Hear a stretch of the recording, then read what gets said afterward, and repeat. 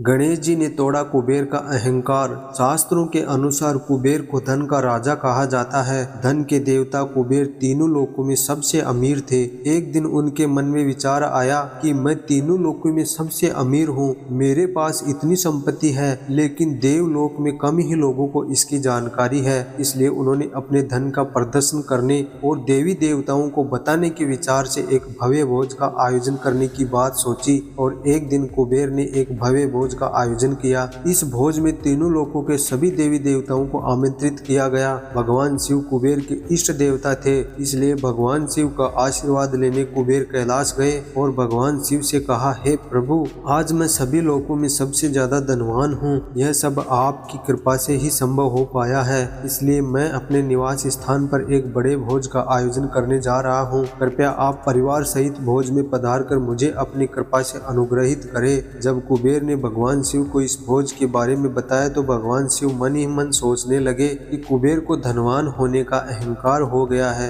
इसलिए भगवान शिव कुबेर के अहंकार को नष्ट करने के बारे में सोचकर बोले, वत्स, मैं तुम्हारे भव्य भोज में नहीं आ सकता क्योंकि मैं कहीं बाहर नहीं जाता हूँ। यह सुनकर कुबेर भगवान शिव के सामने बार बार अनुरोध करने लगे और बोले, हे प्रभु, अगर आप मेरे इस भव्य भोज में नहीं आएंगे तो आपके बिना मेरा यह सारा आयोजन बेकार हो जाएगा, यह सब व्यर्थ हो जाएगा। तब शिवजी ने कुबेर से कहा, कुबेर, मैं तो तुम्हारे इस भव्य भोज के आयोजन में नहीं आ सकता हूँ, लेकिन एक उपाय है। मैं अपने छोटे बेटे गणेश को तुम्हारे भोज में जाने को कह दूंगा। मेरी तरफ से गणेश तुम्हारे आयोजन की शोभा बढ़ा देगा। कुबेर भगवान शिव की बात से सहमत हो जाते हैं और संतुष्ट होकर लौट आए। नियत समय पर कुबेर ने अपने निवास स्थान पर भव्य भोज का आयोजन किया। सभी लोगों के देवी देवता और असुर कुबेर के भव्य भोज के आयोजन में कुबेर लोग पहुंच चुके थे। अंत में भगवान गणेश भी आए और आते ही कुबेर से कहा, मुझको बहुत तेज भूख लगी हुई है, मेरे लिए जल्दी से भोजन लाया जाए। कुबेर स्वयं उन्हें भोजन कराने के लिए भोजन से सजे कमरे में ले गए। सोने और चांदी की थाली में भोजन परोसा गया।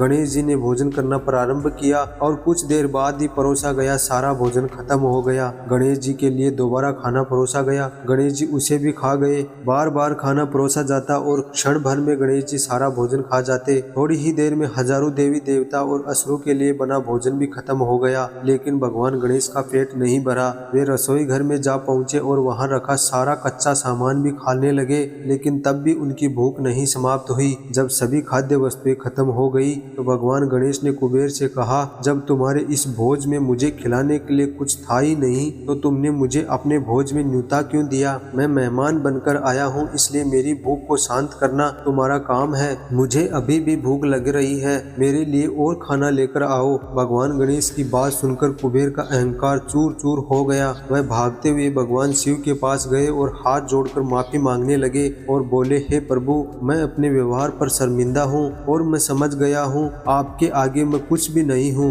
मैं आपको भोजन के बहाने अपना धन वैभव दिखाना चाहता था, इसलिए मुझ में अहंकार आ गया था। मुझे अपनी भूल का पछतावा है। हे प्रभु, गणेश को रोकिए वरना वह मेरा सर्वस्व समाप्त कर देगा। कुबेर की बात सुनकर भगवान शिव पार्वती जी से बोले, हे देवी, कुबेर को अपनी गलती का एहसास हो गया है। व्यक्ति को अपनी गलती का एहसास हो जाता है तो सामने वाले का कर्तव्य होता है कि वह उसे माफ कर दे। तुम गणेश के लिए अपने हाथों से भोजन तैयार करो, उसी से उसकी भूख शांत होगी। और कुबेर से भी कहते हैं कि तुम अपने महल में लौट जाओ, गणेश वापस आ जाएगा। इस प्रकार गणेश जी ने कुबेर का अहंकार तोड़ा था। तो दोस्तों, इस कहानी से हमें यही सीख मिलती है कि व्यक्ति को कभी भी अहंकार नहीं करना चाहिए, क्योंकि अहंकार व्यक्ति को पतन की ओर ले जाता है। अहंकार के वश में आकर व्यक्ति सही गलत का फैसला नहीं ले पाता है और फिर पतन के रास्ते पर चल पड़ता है। अगर आप और भी ऐसी ही धार्मिक, पौराणिक और शिक्षाप्रद कहानी सुनना पसंद करते हैं तो हमारे चैनल को सब्सक्राइब जरूर करें